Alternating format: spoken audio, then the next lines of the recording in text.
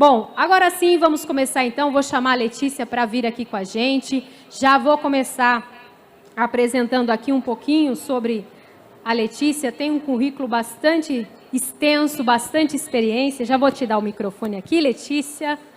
Boa tarde. Obrigada, boa tarde. Vou te apresentar primeiro, pode ser? A Letícia Zampellini Jacinto, ela é graduada em Administração de Empresas pela FAAP. Também atuou em várias frentes aí nesse campo, mas agora vou destacar aqui o nosso meio, né, que é o agronegócio. Então, ela é vice-presidente do Núcleo Feminino do Agronegócio, membro do COSAG, que é o Conselho Superior do Agronegócio da Fiesp, e está entre as 10 mulheres do agro selecionadas pela revista Forbes. Bacana essa matéria da Forbes. E também é presidente do movimento De Olho no Material Escolar, que é o assunto, que é o tema que ela vai trazer aqui hoje para a gente. Letícia, quero primeiro começar te dando as boas-vindas. Boa tarde, obrigada por atender aqui a esse evento. Muito obrigada, eu que agradeço essa oportunidade de estar aqui. Agradeço a ProSoja, São Paulo, né, Romalure Agrícola e o Sindicato Rural Santa Cruz do Rio Pardo. Então, é um grande prazer para a gente estar aqui. Estamos numa equipe do De Olho aqui e para falar de um tema tão importante que é a educação, né? E mais importante ainda, com o agro. Com certeza. Antes de você começar de fato sua palestra, então, quero só pontuar essa importância, a importância de ensinar os alunos, de desde a escola inserir o agronegócio, desmistificar muita coisa, né? Fazer os alunos entenderem que o famoso leite não vem da caixinha, né? Tem todo um trabalho por trás e o trabalho é árduo, mas é necessário para que todos possam ter o alimento na mesa e que também a gente tenha tantas outras coisas que vêm do agro, como biocombustíveis, geração de energia, enfim, tem muita coisa e o agronegócio precisa estar na pauta, né, Letícia? É isso mesmo. Na verdade, a educação, a gente vê, né, tem um problema estrutural geral no Brasil e começar pelo agro, a gente consegue começar trazendo bastante ciência, porque nós temos grandes institutos de pesquisa, grandes academias também, e é onde o Brasil tem um grande potencial. Então, trazer o agro para a educação, que já está lá, na verdade, eu vou mostrar para vocês como está retratado. Eu acho que é para atentar, né, todo mundo que está aqui, para olhar o material didático e seguir, acompanhar o estudo dos filhos. Inclusive, né, Letícia, foi olhando esse material durante a pandemia que você percebeu que tinha alguma coisa errada ali. Eu e muitas mães e pais do Brasil inteiro. Então, viram que tem alguma coisa errada, isso ela vai trazer na palestra. Por hora eu vou me despedir, depois eu volto para dar continuidade aqui no evento. Fique à vontade, Letícia. Muito obrigada. Então, boa tarde, né, a todos. Acho que a gente vai projetar uma apresentação aqui para vocês poderem entender um pouquinho do que a gente está falando. Nós somos uma associação que chama De Olho no Material Escolar, plantando verdades e colhendo conhecimento. Não estou conseguindo passar. Deu certo. Então, qual é o nosso maior propósito? É trazer para o material didático uma base, fontes, né, científicas, públicas e atualizadas. Hoje em dia, por incrível que pareça, as fontes do material didático, elas são ONGs internacionais, que têm claro interesse comercial no Brasil, tem fontes jornalísticas, que às vezes traz uma exceção como regra, né? E fontes de blogs, do Google. E a gente não vê citado os nossos grandes centros de pesquisa, a Embrapa, por exemplo, os ministérios, na hora que vai falar de trabalho, falar do Ministério do Trabalho. Então, o nosso maior propósito é trazer essas fontes para o material didático. E nós sabemos que a educação a educação é assim, a esfera mais importante da sociedade, né? Ela que estabelece esses caminhos, ela que vai trazer esse estudante para ser um grande profissional, ter uma trilha, né, e um sucesso na vida. E ela é a única forma da gente chegar onde a gente quer. Vou mostrar alguns exemplos para vocês do que a gente está falando. Então, nesse primeiro slide, foi um assunto que aconteceu até comigo. Está escrito nesse cartaz que a soja do Mato Grosso do Sul... Não está passando?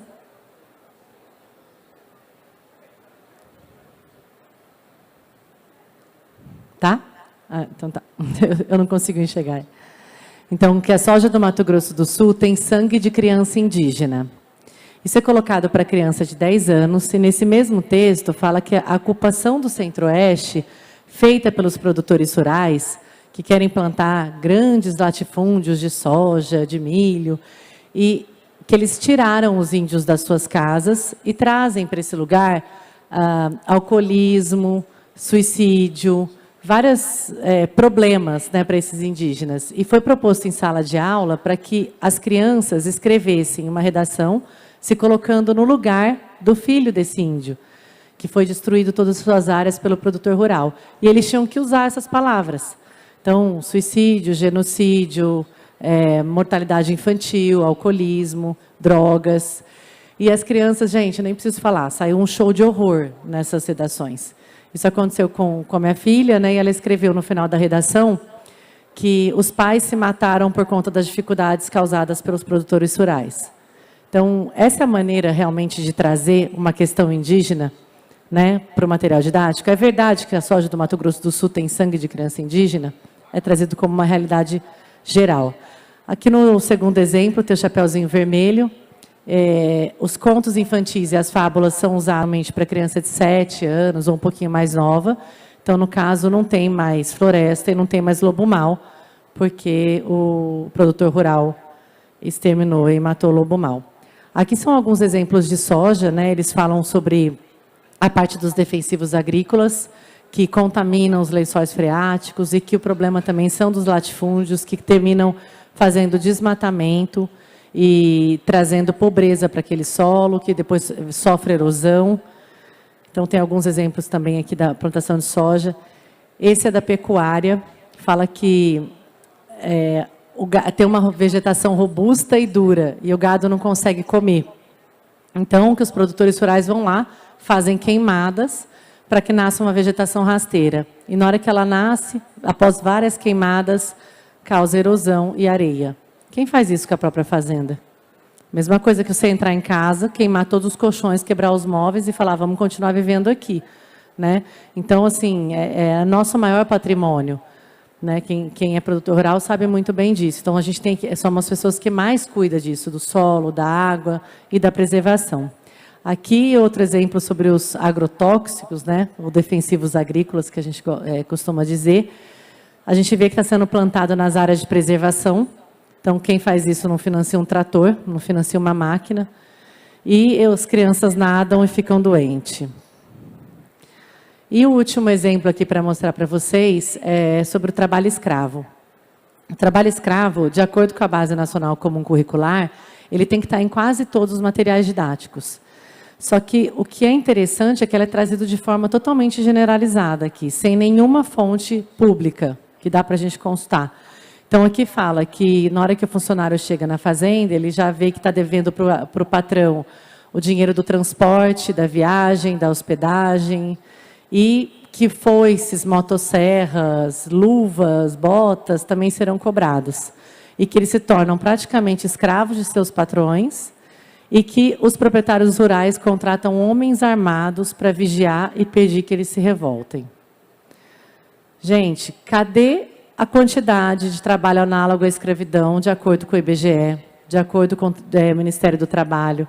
Entendeu? A ideia não é romantizar um setor. A ideia é trazer os dados e quantificá-los.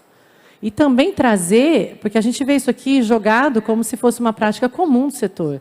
A gente viaja muito, vai para o Brasil inteiro, norte, sul, e a gente não vê esse tipo de coisa. Ah, Letícia, mas não existe? Existe. Então, vamos colocar aquela minoria, né, que não é o produtor rural, que pratica esse tipo de coisa, e colocar direitinho no material didático. Mas também vamos contar das profissões que o agro tem, das possibilidades de trabalho, de quanto que o agro emprega, né, qual a população ativa que está empregada nesse setor, e toda a tecnologia, e toda coisa que encanta a criança.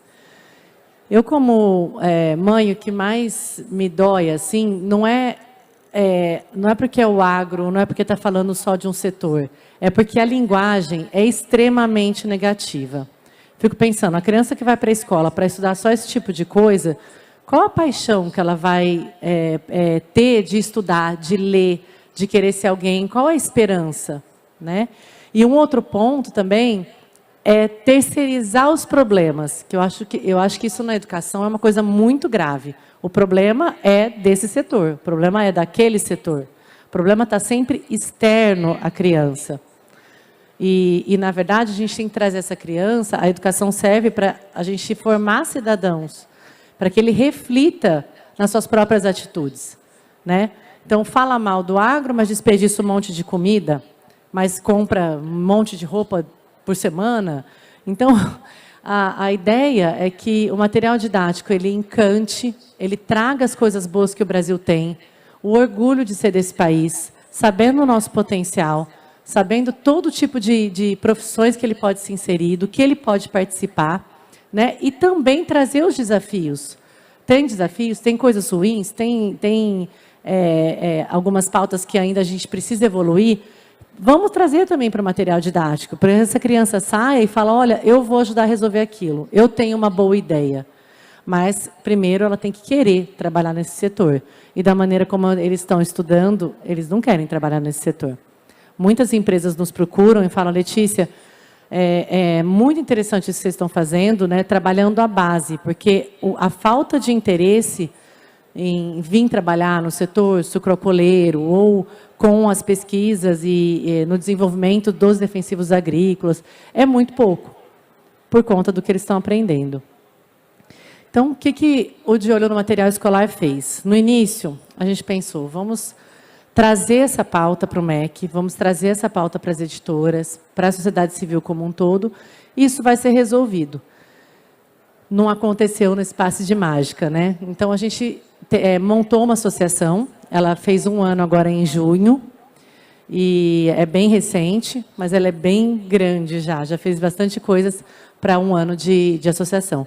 E a gente apoia o setor público, escolas, editoras e autores na atualização do agro brasileiro, nos materiais didáticos, né, contribuindo para uma visão mais científica, baseada em fatos e dados reais.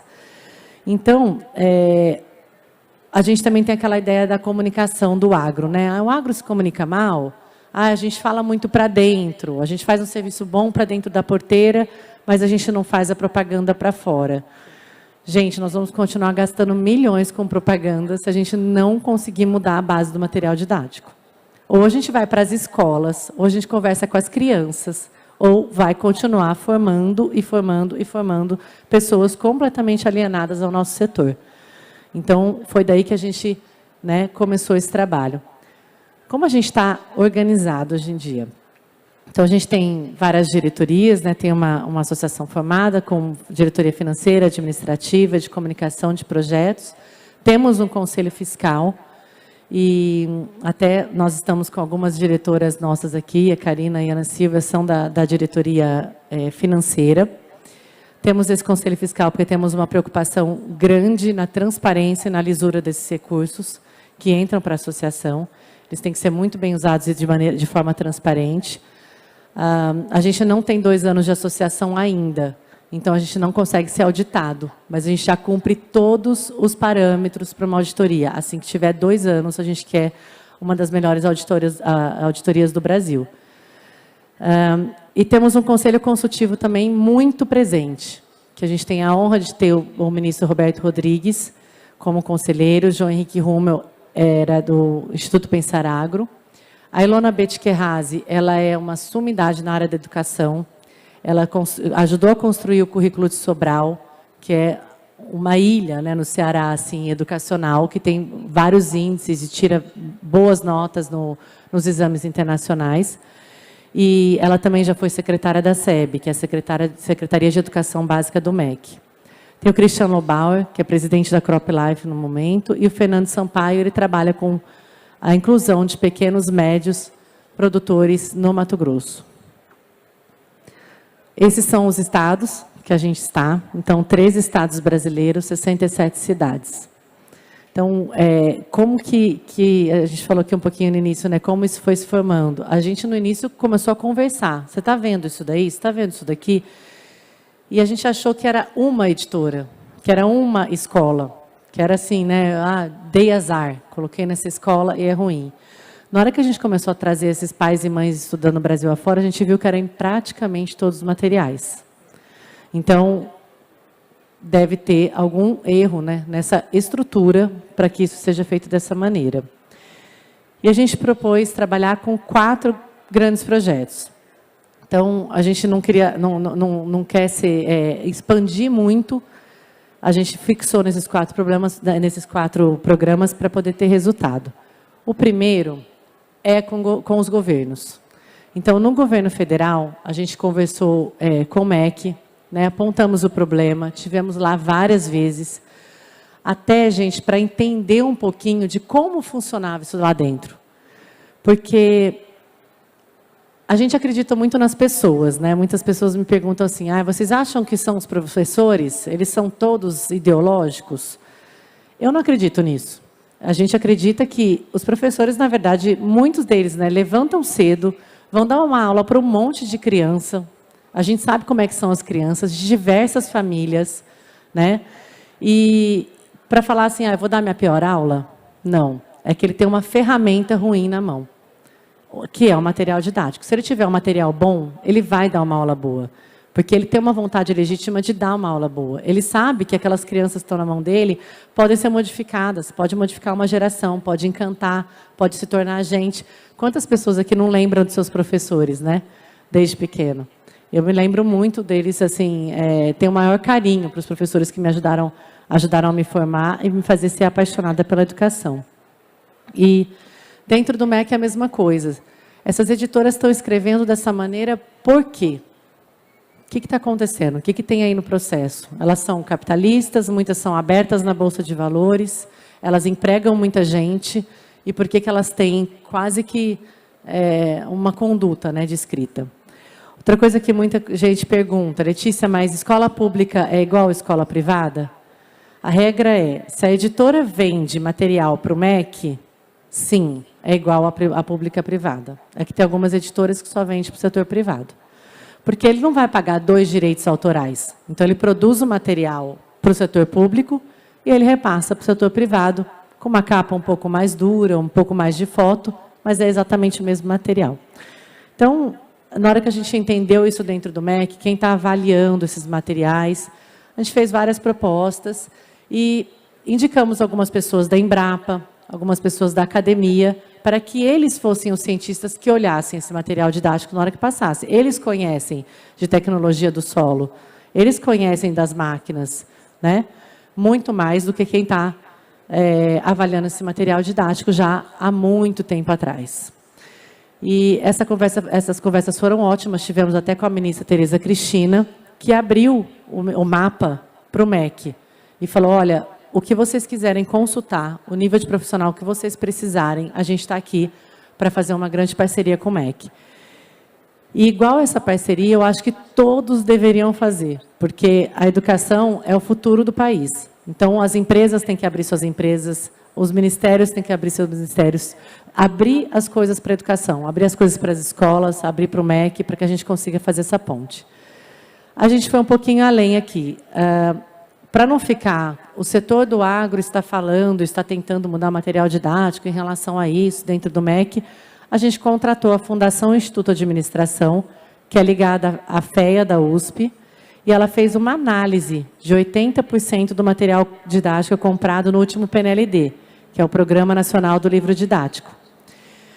Essa análise está ficando pronta, até o final do ano ela vai ser publicada, e vai ser um retrato de como está a educação em relação a esse setor. Uma coisa que dá para falar é assim, como o agro está presente na nossa história, presente, passado e futuro, está em quase todas as matérias. Então, você pega português, tem vários textos do agro. Você pega história, passou pelo café, passou pela cana-de-açúcar. Você pega a parte de geografia, solo, água. Você pega ciências, tecnologia das sementes. Então, em quase todas as matérias que você analisa, tem alguma coisa do agronegócio. Então, essa análise vai ser muito importante para poder sentar com o Ministério e aí ver como é que nós vamos resolver, né, esse problema daqui para frente. A gente teve o apoio de praticamente o agro todo, grandes associações estão com a gente nesse projeto. O segundo, são 4, né? O segundo é a relação com as editoras. Eu, pessoalmente, gosto muito do setor privado. Eu acho que as coisas andam com uma certa rapidez, e mesmo que a gente estava olhando o próprio material deles, a gente conseguiu essa abertura. Eu acho que a maneira de se comunicar, a maneira legítima de vontade de ajudar, de juntar esses setores. Então, a gente tem trabalhado com várias editoras. O maior exemplo é a Somos Educação, que é uma grande editora brasileira. E eles, essa história também foi interessante. Ele falou assim: Letícia, eu não conheço nada do agro. Você está me falando que isso daí é bom, mas a gente mora em São Paulo e a gente não tem nada a ver com esse setor. Faz o seguinte, eu vou colocar uma pessoa com vocês, minha equipe de filmagem aqui, faz um filme sobre isso daí, e aí você, é curto, se a gente achar que esse negócio vale a pena, a gente conversa sobre os outros setores. E a gente colocou ele no carro e viajamos uma semana pelo Mato Grosso. Não preciso nem falar, né? Ele voltou apaixonado. Ele viu desde o maior grupo do agronegócio brasileiro até assentamento, que deu certo, até pequenininho. Mas ele conheceu, sabe o quê? Histórias de família, história de gente trabalhadora, história de pessoas que lutam, que vão atrás. Ele ficou completamente emocionado. Falou, olha, nós não vamos parar em um vídeo. Então, nós fechamos um contrato de 1 ano e meio. São 40 vídeos que vão para as plataformas digitais da Somos em janeiro desse ano. Então, já temos vários prontos e aprovados.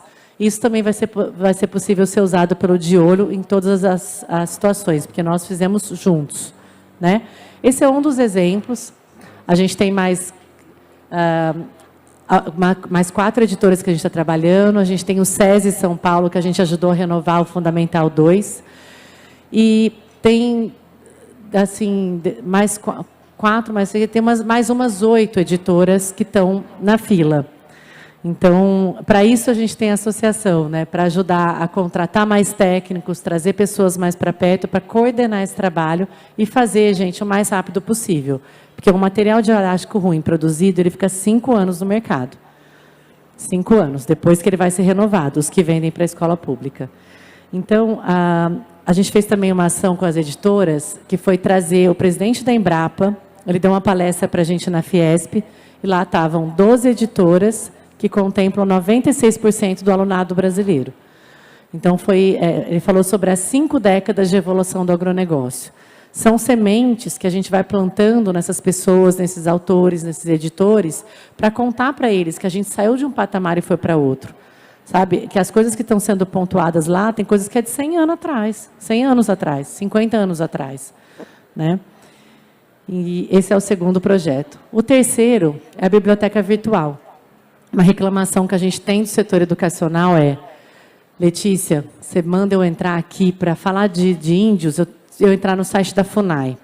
Para falar de trabalho escravo, entrar no site do Ministério do Trabalho. Você já entrou e viu tanto que é difícil?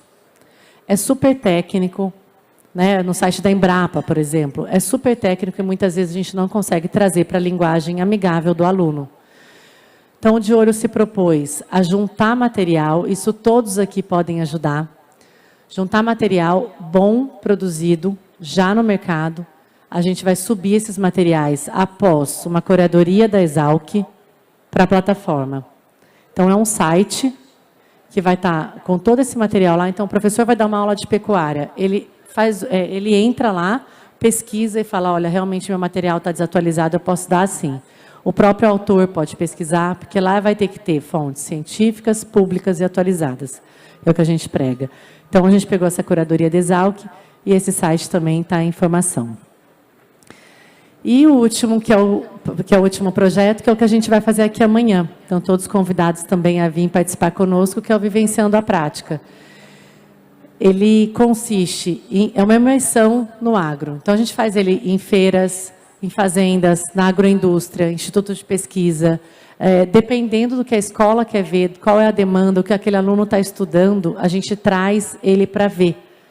Né? Nada melhor do que você sentir, estar ali com a terra, plantar uma árvore, entender o que são as áreas de preservação, entender um pouquinho de legislação que a gente tem em relação ao meio ambiente, conversar com o funcionário. Você gosta de trabalhar aqui? Né? Você tem filhos? Quanto que você ganha? Então, tem uma editora que foi com a gente para Mato Grosso também, entrou numa colhedeira de algodão e conversando com o cara, ele saiu, pegou o microfone e falou assim, ó, para falar a verdade, eu estava achando que isso aqui era quase um teatro até agora. Na hora que eu entrei nessa colhedeira, e ele falou para mim que ele ganhou o dobro do que eu ganho, eu moro em São Paulo, ele ganhou o dobro do que eu ganho, formou os 2 filhos, e que ele não sai daqui por nada, eu vi que vocês estão falando a verdade. Então, é interessante a gente mostrar os EPIs, como é que faz, como é que a gente cuida desse funcionário. Isso evoluiu muito, né? Eles ficam até sem graça de escrever que a gente faz trabalho escravo depois que eles vêm lá. Eles sabem, conseguem perceber que o custo nosso, uma boa parte do nosso custo, ele está na parte social. E que a gente tem muitas famílias dependendo da gente, né? E também mostrar a parte econômica, porque não existe verde quem está no vermelho, né? Então, mostrar a importância também desse dinheiro girar, de como que a gente vende. Uma outra observação interessante é quando chega para ver essas máquinas, né? Quanto custa essa máquina? Ah, sei lá, 2 milhões. Ave, mas então isso aqui não é para mim. É só para gente rica. Vocês devem estar nadando em dinheiro para conseguir comprar uma máquina de 2 milhões. E aí você vai explicar que o agro não é só o engenheiro agrônomo, não é só o cara da máquina, não é só o veterinário. Ele também é o cara do seguro, ele é o cara do banco, ele transforma as cidades, porque cidades que vivem, né, do agro, em todos os setores, é o médico, está todo mundo envolvido. E que a gente vende uma commodity. Então, as nossas margens são apertadas. Sobe o preço da soja, não sobe o preço da máquina, não sobe o preço do defensivo agrícola, não sobe o preço dos fertilizantes, né, combustível. Então, essas margens são apertadas. Para isso, a gente está tendo que, cada dia mais, ter profissionais interessados em gestão, em governança, para poder nos ajudar a aumentar essa margem. E, dependendo do nível da escola que você está trabalhando, isso fica assim, brilha os olhos, sabe? Você consegue conversar de matriz energética, você consegue conversar de guerra, né? Falar o que está acontecendo, o problema dos combustíveis. Tem escolas que um pouco menos, você conta mais histórias de vida, e esse Vivenciando a Prática que nos dá essa oportunidade de estar muito próximo do setor educacional. Isso traz um presente para a gente, porque se a gente quer falar com o setor educacional, a gente tem que conhecer o setor educacional. Então, é isso que a gente tem procurado com o Vivenciando a Prática, encantando essas crianças e fazendo elas, trazendo a possibilidade delas se inserirem, né, nesse mercado. Então, junte-se a nós, estou aqui caminhando para o final. Aqui tem um QR Code, que cai direto no nosso Instagram. Lá tem um link na bio que tem a nossa ficha cadastral. Quem falar, né, Letícia, eu gostaria de ajudar trabalhando, eu gostaria de ajudar mandando material, eu gostaria de me associar, ou eu posso ser um patrocinador.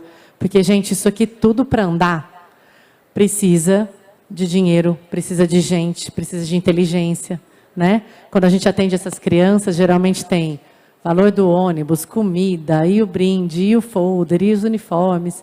Quando a gente atende as editoras, tem horas e horas e horas de técnico trabalhando para poder analisar esse material.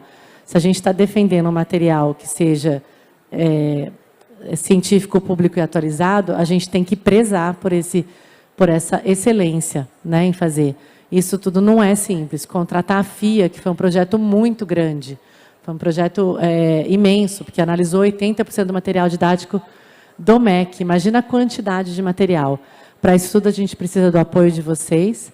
E toda essa sociedade civil unida, sabe? Junta, organizada, falando, olha, eu não vou, meu filho não vai estudar mais com esse material.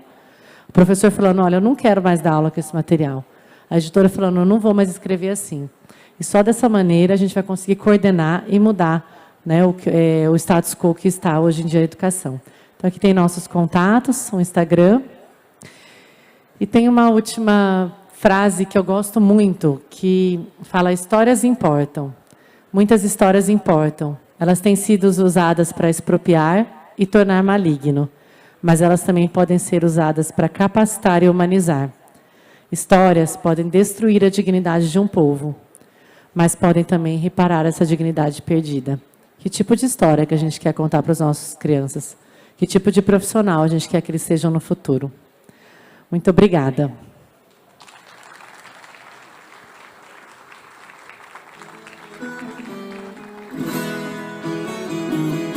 Se tiverem perguntas também, estou aqui disponível para responder. pode soltar. Tem um videozinho que a gente fez agora na Expo Inter, que foi o último Vivenciando a Prática que a gente estava no mês passado. Ele está com o vídeo ali, ele vai colocar para vocês também.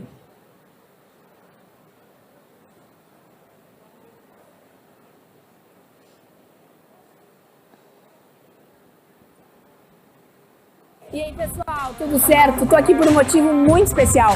Na Expo Inter, no Rio Grande do Sul, uma das maiores feiras agropecuárias do Brasil e da América Latina, com o De Olho no Material Escolar.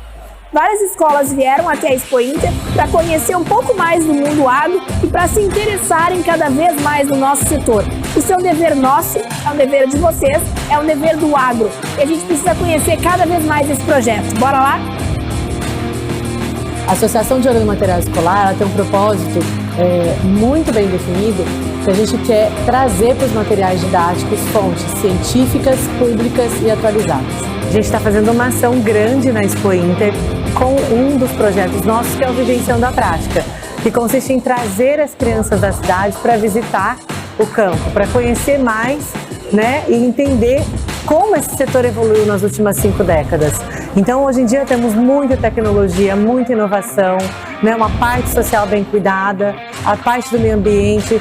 Então, o Vivenciando ele é pautado nesses pilares de sustentabilidade, mas traz a criança para dentro do mundo agro, para ela poder se encantar e querer vir trabalhar com as futuras profissões que nós estamos precisando, né, de pessoas.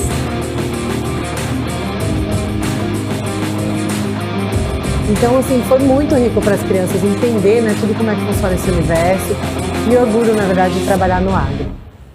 E aí, pessoal, tudo certo?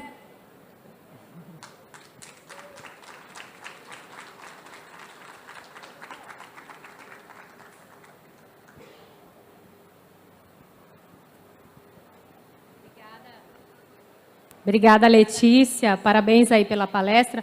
Pessoal, se vocês tiverem alguma pergunta, né, de repente, durante a palestra ficou alguma dúvida, até de como ajudar, né, você falou aí no final que todo mundo pode colaborar com esse conteúdo, pode passar aqui para a gente e a gente transmite para ela. E eu queria aproveitar e te perguntar uma coisa, Letícia. Você falou sobre esse projeto, teve essa ida a campo, nessa experiência em que pôde ver de perto, entender um pouquinho o que é o agronegócio.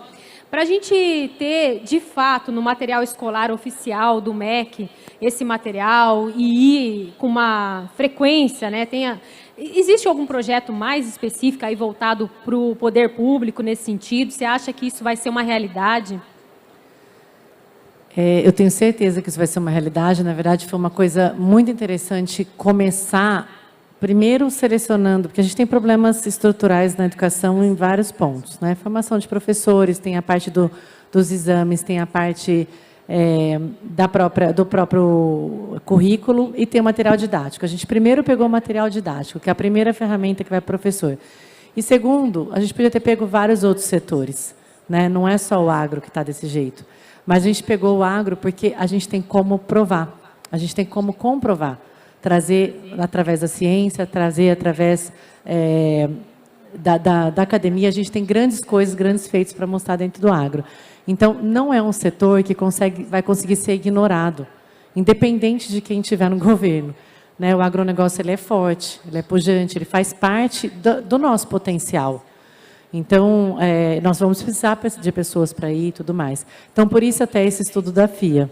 Só que ele sai mais para o final do ano, né? Então eu não consigo dar muito spoiler aqui, mas a gente tem várias estratégias desenhadas para que isso seja feito de maneira bem efetiva. Muito bom, é importantíssimo, né? Afinal de contas, esse estudo, esse material na mão da criança é o que vai formar, né, a linha de pensamento dela e como ela enxerga o agronegócio. E aí eu queria te perguntar o seguinte, nessa sua experiência de lá para cá, né, desde 2020, o que você tem observado nas crianças próximas a você, inclusive sua filha? Mudou um pouquinho ali o pensamento? O que você viu de resultado? Eu estava falando com alguém, até antes de entrar na palestra aqui. Gente, qualquer semente, a gente, né, que trabalha no agro sabe disso. Se a gente cuida, se a gente rega, funciona. Então, qualquer semente que a gente plante com os nossos filhos, conversem o máximo possível, porque funciona. a gente tem visto assim, as crianças próximas nossas, eu hoje em dia não preciso nem mais olhar material, já chega para mim e já coloca, né? Essa semana foi passado na aula de história que a gente não deveria ter orgulho de comemorar o Brasil, a chegada de Cristóvão Colombo e 200 anos, sei lá do que, da independência, que a gente não teria que ter orgulho, porque foi daí que, logo que ele chegou, começou o massacre indígena. Isso é maneira de falar da história do Brasil? Como é que a gente vai criar cidadão para frente, né? Se você não tem nem orgulho da sua própria história, você não vê o que as outras pessoas passaram. Isso não é validar se está certo ou está errado. Isso é história. Mas aconteceu isso comigo essa semana. Então, eu não preciso nem mais conferir. Eles já chegam, já me colocam na minha frente e falam, olha isso daqui, mamãe. Então, já conversa com os professores, né, sempre de maneira muito educada, mas não dá, nós vamos ter que ficar de olho mesmo. Não ter preguiça, conversar e todos os assuntos ser trazidos para a mesa. Porque na época, não sei, eu tenho 40 anos, né, que revelando a minha idade, mas eu tenho 40. Na minha época, tem assuntos que não eram muito conversados com pais, né, tipo política, e assuntos muito extremos não eram trazidos para a mesa. Hoje em dia não tem dessa. Se a gente não trouxer, os outros vão trazer. Então, é melhor a gente explicar da maneira mais leve, como você respeitar o ser humano, né? Como você tratar as pessoas bem, que tipo de pessoa que você quer ser, dar enfoque no trabalho, enfoque na família. Eu acho que tudo isso é importante. E funciona. Plante essa semente que funciona. Funciona. É importante plantar essa semente e é importante fazer essa fiscalização, né? Por isso o nome do movimento, de olho no material escolar. Então, pegar esse material, ficar de olho e aí levar para frente, claro. Que bom, é um projeto, então, que já está dando muitos resultados, né, Letícia? Sim, graças a Deus. Em um ano, assim, são muitas visitas, são muitas crianças atendidas. Só no primeiro semestre foram 7.000 crianças. E muita coisa já feita, sabe? Várias editoras já estão com essa pauta, algumas renovadas, outras com os consultores, outras já pegamos o link, já repassamos para que eles produzam um material melhor. E não vai acontecer, gente, automaticamente. Demora, a gente sabe como é que é a impressão, né? E o que eu falei, se não é renovado o Fundamental 2 hoje, ele vai ser renovado só daqui a 5 anos. Então, por isso, a gente precisa mesmo de correr, contratar mais pessoas, mais técnicos, estar mais próximo da sociedade como um todo, vários associados, para que a gente possa dar mais substância para esse trabalho. Letícia, para encerrar, então, até quem está acompanhando a gente de forma de transmissão, pelo YouTube, pelo Facebook e também pela Claro, né, no canal 4, como que a pessoa pode fazer para entrar em contato, para tirar uma dúvida, para mandar alguma sugestão, material, enfim? A forma mais fácil, acho que é pelo Instagram. De olho no material escolar. Lá a gente tem no link da bio, tem a ficha cadastral, tem o telefone, tem o e-mail. Então, qualquer um desses canais, vocês conseguem entrar em contato com a gente e estar mais próximo para fazer esse trabalho juntos. Muito obrigada, Letícia. Obrigada a vocês pela oportunidade mais uma vez. Foi um grande prazer.